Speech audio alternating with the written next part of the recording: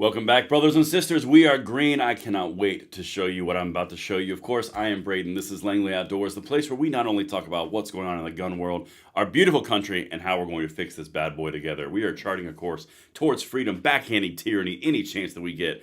And I hope you guys are enjoying this content. If you are, you're coming in here, make sure you hit that like button, subscribe to the channel, turn the notification bell. It does all the things that are important to spread that freedom. And thank you in advance for that consideration. So, guys, what we're talking about right now is quite literally a civil war that is brewing that no one is talking about. And I'm going to piece through everything right here. It will all be linked in the description box below per usual. I always bring receipts. And as you guys get in here, make sure we are good with audio and video, because this one you guys are not going to want to miss, particularly when I show you every single thing we're about to walk through. Looks like audio and video is good. Excellent. Let's dive right in. All right, guys, listen. The Democrats are in a situation.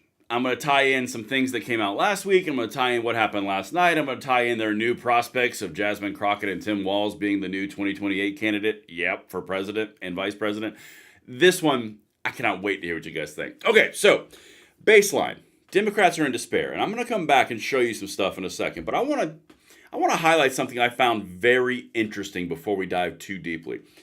Liberals are leaning towards a Walz-Crockett ticket for 2028. Jasmine Crockett and Tim Walz.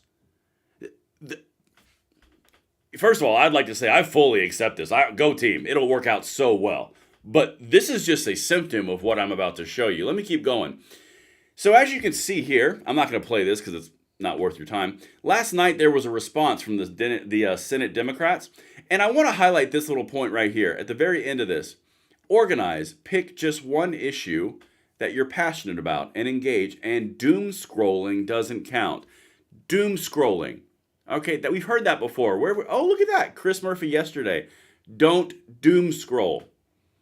Why would they tell their supporters don't doom scroll?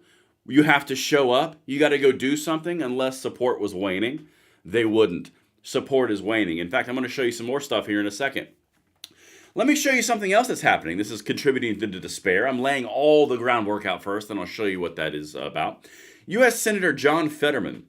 This is when we became the party for chaos, talking about the Democrats, telling people to invalidate their eyes and experiences, and we lose.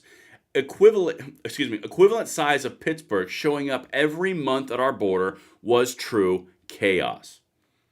This is a sitting senator, John Fetterman, calling out the Democrats. I'm telling you, there is a progressive versus moderate wing fight that we're about to see explode that's brewing under the surface. And I've got the Politico articles pulled up. I'm going to show you in a second.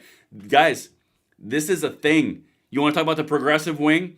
Al Green was removed from the House after interrupting and heckling Trump. That was an incredibly pivotal moment last night in his presidential address. You know why it was so pivotal? Because accountability is returning. Speaker Johnson literally removed him from the floor. You keep on doing that, you won't abide by the rules, you get kicked out. What did President Trump do last night around the whole universities? If you're breaking the rules in your protest and the laws, you get kicked out. Guys, accountability is returning. And that's why the progressive and the moderate wing is about to have a big old clash. Watch. If you don't believe me, here's even more evidence right here. Let's look at this clip from CNN. Let me replay this. Listen to what was the approval rating from this whole thing. During the course of the event, which is wanting to get reaction on Congressman Al Green's antics and being ejected. 80% of speech watchers said that the Democratic congressman's come on. thing of Trump's speech was inappropriate. Only 20% of speech watchers thought what Green did was appropriate, Eric. All right, that's coming out of CNN. CNN is publishing polls that say the left progressive attack against Trump while he's speaking, 80% was inappropriate. Guys, these numbers don't exist. They do not happen. Let's keep going. I got some more stuff for you. Then you've got right here, Representative Jasmine Crockett. She claims that Trump is occupying the White House and calls him an enemy of the United States. This is all the setup, and then I'm going to show you this article in a second. It's going to tie it all together. Watch this. Oh, come on. We're going to do it again. Don't mind me, just the internet.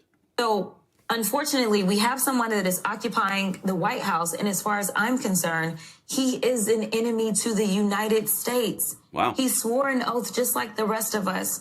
But right now, when you are literally putting us at risk, all because of what?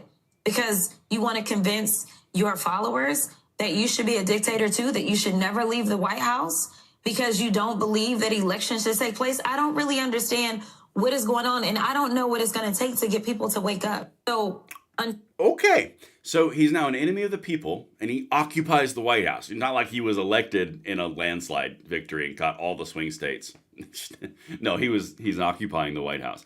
This is the far left progressive wing. I mean, AOC is kind of losing her bedazzle a little bit, so they're coming in with Jasmine Crockett. Guys, this is the progressive wing that you're seeing. They're going this far insane. Al Green, the guy that I just showed you right here, far left progressive gun control introducing guy. That's who this guy is. He just got kicked out. Now let's go back to the actual articles, because this is important. And I saw someone just said, what's doom scrolling? Doom scrolling is when you're on X or where you're on Facebook and you're basically just scrolling like this, watching all the bad things happen and not do anything. That's what they're describing. All right, let me show you this, because there's some very important points, and everything that I just showed you, I'll keep on bringing back in. But understand, this is what's about to happen, all right? On Friday, the DNC's X account posted a 32-point list of what Democrats did in February, seemingly mimicking Elon Musk's 5 things email tactic. It included such relatively small bore items as Democrat Ken Jenkins won a special election for this individual place, soundly defeating his Trump-backed opponent. By yesterday, the post had been so roundly mocked and ratioed that DNC Chief Marketing Officer Shelby Cole felt compelled to respond that the, quote, template always used to bang for us before conceding the internet thinks we are morons this time. This is in Politico. You want to know why they think you're morons this time? How about a Jasmine Crockett saying Trump is occupying the White House? How about an Al Green who literally gets kicked out of Congress? How about John Fetterman saying you're all a bunch of morons? Chris Murphy, doom scroll. Alyssa Slotkin, doom scrolling. Now you got this as the potential progressive left-wing approach to get the people back, even though you're losing abysmally bad. I mean, the same tactics they used to do all the time, 80% disapprove of them. Guys, you are at a point where you can push the throttle so far forward, they won't ever be able to get back. But let's continue, because I'm telling you, this is what's happening under the surface that no media is telling you. There are other indications the party's most immediate answers might come from its moderate wing. Moderate, okay? In early February, a group of moderate Democrat consultants, campaign staffers, elected officials, and party leaders gathered in Loudoun County, Virginia for a day-and-a-half retreat where they plotted their party's comeback. Wait till I show you what their big ideas are. Hint, it includes attending gun shows. Watch this.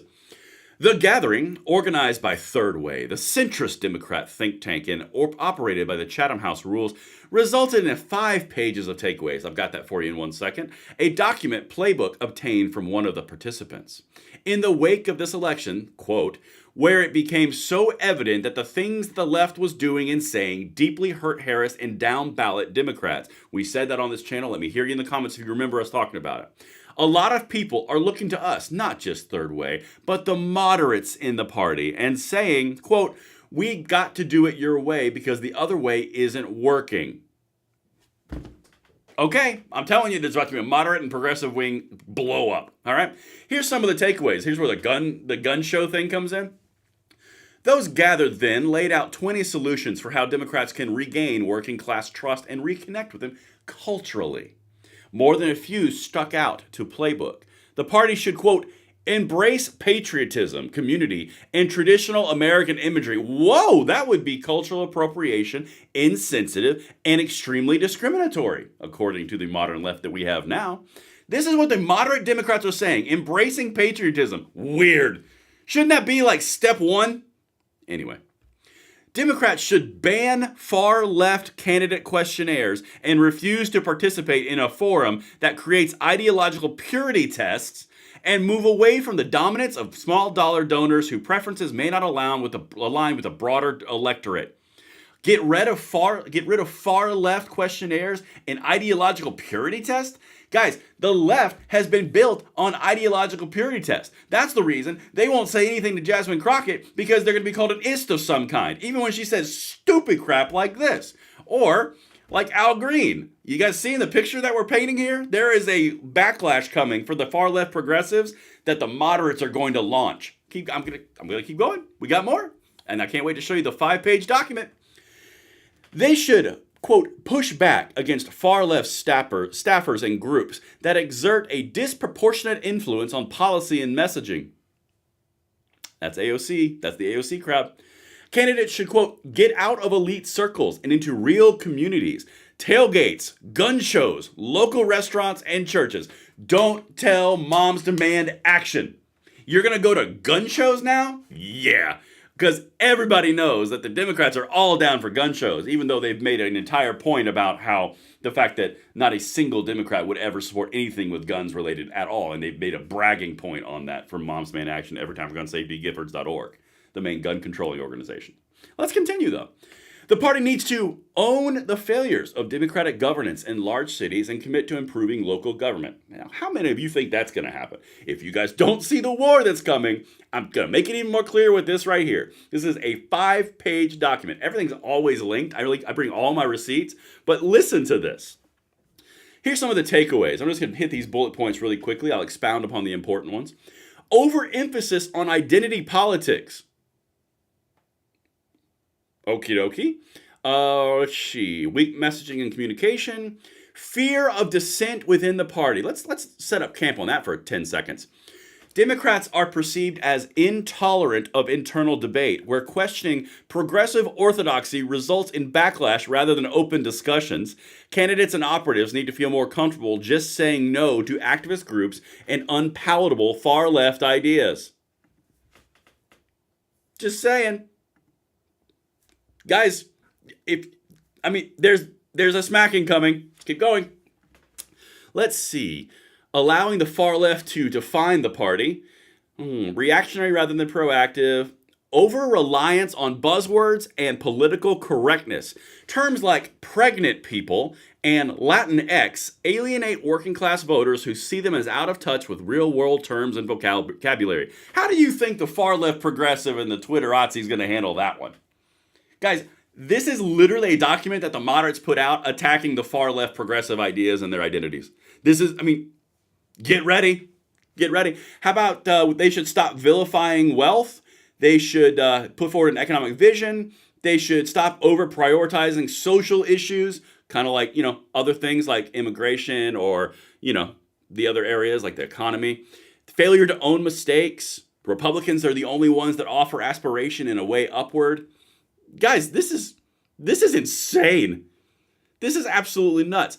Let's see the 5 takeaways. Move away from identity politics, emphasize shared values, rebalance the party's cultural reduce far left influence and infrastructure. Guys, this right here is fighting with this right here. You are quite literally watching the moderate wing rise up because they see the left who has taken over from their progressive far left positions, and they are leading to things like a Republican House, a Republican Senate, and a Trump 2.0. And a little Elon Musk who's in there just doing whatever he's doing. Because good Lord, this is insane. And guys, don't you get excited because you will see your Democrat moderate candidates at the next gun show, believe you me. Yeah. And that's what I've got for you guys. Let me know if I landed that plan, and I'll see you on the next one. I'm Braden. See you later.